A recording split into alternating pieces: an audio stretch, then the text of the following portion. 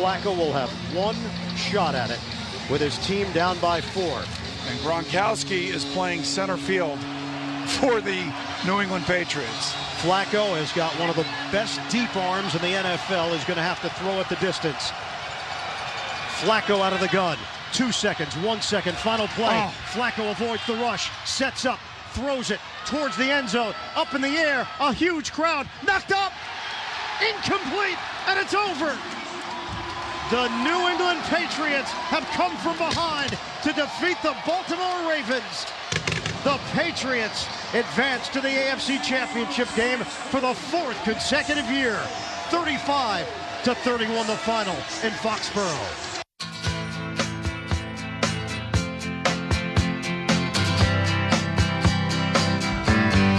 That was Iron Eagle, courtesy of Westwood One from a few weeks ago in the classic divisional round game. Patriots and Ravens. Pats come down from down 14, not once but twice. They eventually get on to the AFC Championship game where they blew out the Indianapolis Colts, and now it is the Super Bowl 49 between the Pats and the Seahawks. And now joining us on the hotline is one of the best sportscasters in the business. You can hear him on and watch him on CBS, Westwood One for the NFL, and you can also see him on Yes for Brooklyn Nets basketball. And that is our dear friend, the Bird, Iron Eagle. Iron, how are you, my friend? Hey. What's up, guys? How you doing? Well, we appreciate you joining us today, and I understand that your travel plans had to get a little bit changed up. You were supposed to fly out of New York to get to Atlanta for the Brooklyn Nets game up against the Hawks, which is tonight, and you had to bus down to Philly with the team. Did you happen to stop and get a cheesesteak en route to Philadelphia? Yes, multiple cheesesteaks. All the hype from the weather affected, obviously, the travel, but we made it here, and ultimately, as you know, the fans don't care. They just want the game. They want the presentation. So I'm ready to go and excited about tonight's matchup. Well, luckily you got out because I was supposed to fly to Arizona and be on Radio Row today for the Super Bowl. And my flight that was supposed to go out of New York last night got canceled. So I'm going to blame you on this one, Ian. It's all my fault. Just give it to me at this point. That's a shame, Zach. I feel badly for you. The pity party is out, but you're going to get other chances in your life, my man. I know, I will. And I had to walk in the 20-degree weather to the radio station today from my dorm, and I looked at the weather forecast in Arizona, and I saw it was 70 degrees, and I said, wow, Mother Nature was really on my side as Iron Eagle, the voice of CBS, Westwood One, NFL stuff. Nets on Yes is our guest right now, WHIP Radio here in Philadelphia. You are one of the most witty and erudite broadcasters in the business. And when I was watching Marshawn Lynch yesterday at Media Day say, hey, I'm here so I just don't get fined, I actually said to myself, I really wish Iron Eagle was there to ask Marshawn Lynch one question, because I feel like you would have came up with something hysterical. What would have been your one question to Marshawn Lynch? Because I think you could get an answer out of him. You know what? The funny thing with Marshawn, when he was with the Buffalo Bills, we met with him plenty of times. And I wouldn't say that he was the most comfortable in that setting, but you could get him to laugh, you could get him to react and emote. And obviously, as years have gone by, he has grown more and more uncomfortable with dealing with these things. I think it's less doing the interview, believe it or not, and it's more the fact that he's being told he has to do the interview. To me, that's at the essence of the issue here. He doesn't want to be told what to do. Ultimately, with Marshawn, he's now going to try to come up with methods in which to avoid it and maybe force the NFL's hand to say, all right, this is becoming a mockery. Just do what you got to do, and we're going to let you off the hook. I'm a guy that would not push the envelope on something like this. If a guy's not comfortable, I don't want to meet with him. It's that simple. I just want to be in a situation where we can get good stuff out of a player and make sure that he's okay with the dynamic going into these games. Clearly, Marshawn Lynch doesn't want to do that anymore. So I appreciate your intro. But see, I'm going to pass on any kind of witty question. I wouldn't have even sat through that if I was at Media Day, to be honest with you. As you pointed out to me, in 2012, you did this Pats Seahawks game. That was a classic. Seahawks come down from 13 points with 9:21 to go in the fourth quarter, win the game by 1 point. I believe the final score was 24-23. When you left CenturyLink Field, which is the loudest place in the National Football League, and the Seattle Seahawks went to 4-2 on the year, and they eventually went on to lose in the playoffs, but now we know they won a Super Bowl last year. They're back in the Super Bowl this year. When you left the field that day, did you think they would ever going to turn into the team that they have become? Dan Fouts and I were very impressed with Russell Wilson in particular and the way that Pete Carroll was pushing the right buttons with his team. But keep in mind, even in that game, there was speculation that Matt Flynn might get a chance at some point. And I know what happened. Russell had a stranglehold on that job, and he's never given it up, and he's never going to give it up. I think when I look back on that game, you can absolutely say that the elements were there, that the ingredients were there. The Legion of Boom was developing. Marshawn Lynch, obviously beast mode, we know what he's capable of. But the Wilson part of the equation is what made this team special. He's just got this innate quality. And even last game against Green Bay, he played one of the worst games I've ever seen him play. But in the moment, when the pressure was on and it was time for him to step forward, he was able to do it. There's a belief in that locker room about his leadership skills and the way he conducts himself. I just walked away from that experience thinking that this guy has a chance to be pretty special at this level. Russell Wilson, he's such a gutsy player, and it was a gutsy and intelligent move by Pete Carroll, like you mentioned, to say we're not going to go with Matt Flynn, the guy that we paid a plethora of money to, and decide to go out there and start Russell Wilson in that season, and it's paid off from him winning a Super Bowl. This Pats defense, I believe it's Belichick's best defense since they won their last Super Bowl in 2004. How are they going to contain Russell Wilson? Well, this team does not have stars necessarily at every level, but they've got workmanlike guys that know how to execute what Belichick is looking from him. So I've been impressed with Ninkovich from the day he and Belichick teamed up, the versatility, the fact that he always seems to come through with the big play when necessary. Secondary, this is by far the best secondary that he's had. Browner has brought an edge, a physical edge to this team that really plays the Belichick style, taking chances. And the fact that you don't know who's going to step forward and make the play for them. You've seen it this year. They lost one of the great players in Gerard Mayo, the heart and soul of that defense, and they have not missed a beat. Jamie Collins has become a star in his year. I'm not sure people realize the kind of impact he's had. I just think they've been optimistic.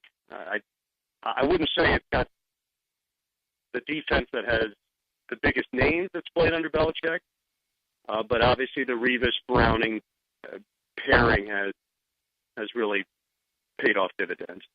You're exactly right, because on talent-wise, they're not the most talented defense in the league, and I've been so impressed with Jamie Collins. But when Browner finally got healthy, that's where I think the turning point of this defense really occurred, because they were able to play a little bit more up in the box, disguise some blitzes, especially when you have Browner and Revis back there in their secondary. And it really reminds me of that 2004 defense where you had a Rodney Harrison who was that ferocious, hard-hitting type player who wasn't afraid to get the penalty like a Browner.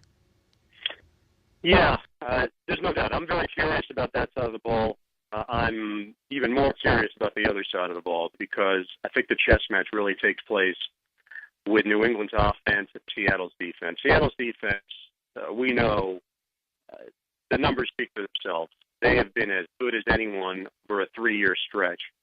The way they handle the run, the fact that they stick with who they are. They don't have to adjust very much defensively because in the end, they've got the personnel. Their third corner in Jeremy Lane has the advantage in his matchups in nickel over every team. That's just how it's been. He wins. He wins his individual matchups. And that's one thing about New England offensively. Josh McDaniels is creative, and they look for the mismatches. With Gronk, usually have one. They may not have a complete mismatch in this game because of Chancellor. Edelman normally is a matchup nightmare. I would tell you that's push with Edelman and Lane. And then also running game-wise, New England has been able to keep you off balance based on you don't know who is going to be the guy. And a lot of their running game is also through the pass. Little dump-offs, getting Green involved. We know that Blunt has been a huge factor in playoff games. They've done it with a sense of individual game plan that will vary, and usually they find a way.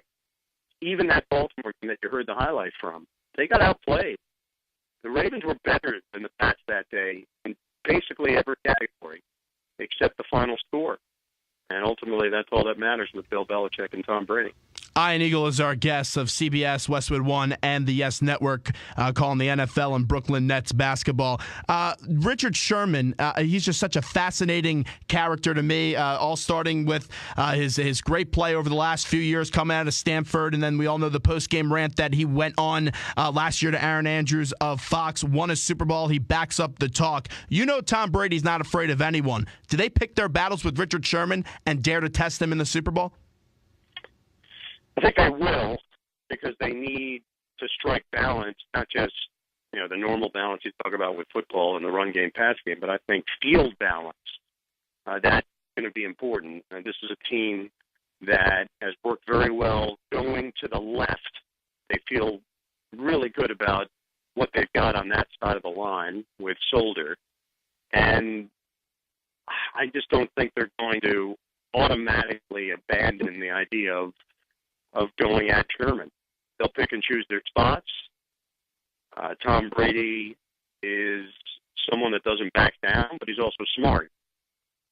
And I think Josh McDaniels and Bill Belichick have spent the last 10 days focusing in on ways in which they can try to find little cracks in the armor in this Seattle D. The questions with Sherman right now, to me, more than anything else, is his health. No matter what he says, that's it, D. At this point, is he 100%? I doubt it.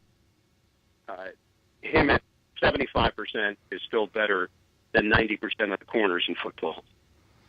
I have to hit you up on this Deflategate stuff. It's dominated. It's been the enormous amount of the conversation leading up to this game, which you take a look, this is just going to be, I think, such a classic matchup between the best team in the AFC and the best team in the NFC. When you heard about this Deflategate and you let it settle in and more details did come out last week, what was your reaction to it?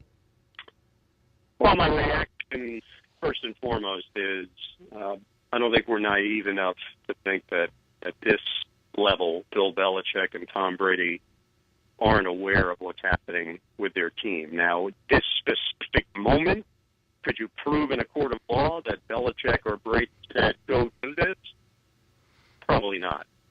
But there's probably a pattern of behavior that's taken place over the last number of years since the NFL made the change in teams being able to work with the footballs and make sure the quarterback was satisfied and happy with the footballs that they brought either on the road or the ones they use at home. And you know that it's split up between team to team.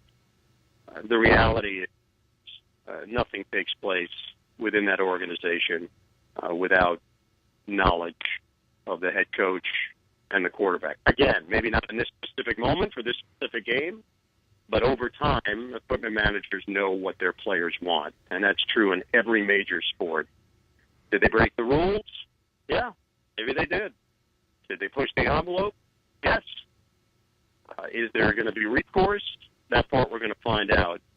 The reality for me is, this is another situation for people to jump on and use as fuel in order to discredit the Patriots.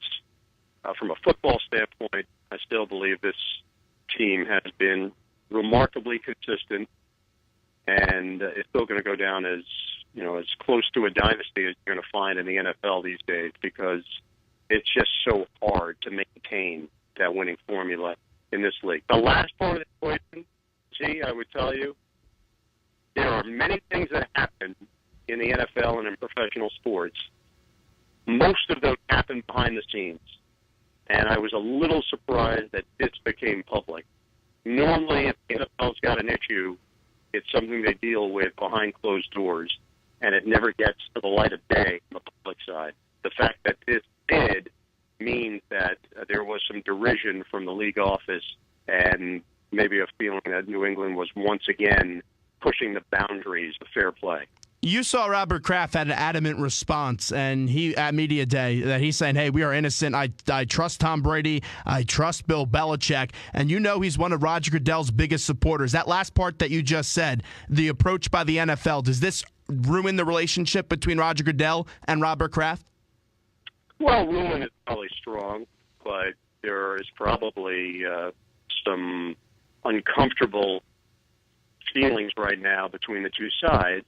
Look, it's an odd situation to begin with, as we know in all of these sports, that the commissioner is hired and approved by the owners, but then is still in a position, in all more of the major sports, to lay down the law. So when you have situations like this arise, it creates awkward situations. You know, this is a man who was hired by the owner. When he is now laying down the word of how it's going to go to an owner who has power, it's going to create these kind of scenarios. They've been able to work through them in the past, so there's nothing that tells me this is going to ruin their relationship. But is it strained this moment? Probably. Ian, you're the best. We appreciate a few minutes today. Always enjoy talking to you. It's always a treat. Enjoy the game. Enjoy the trip to Atlanta, and we'll talk to you real soon. All right, bud. Safe travels. Hopefully the Super Bowl's still in your future.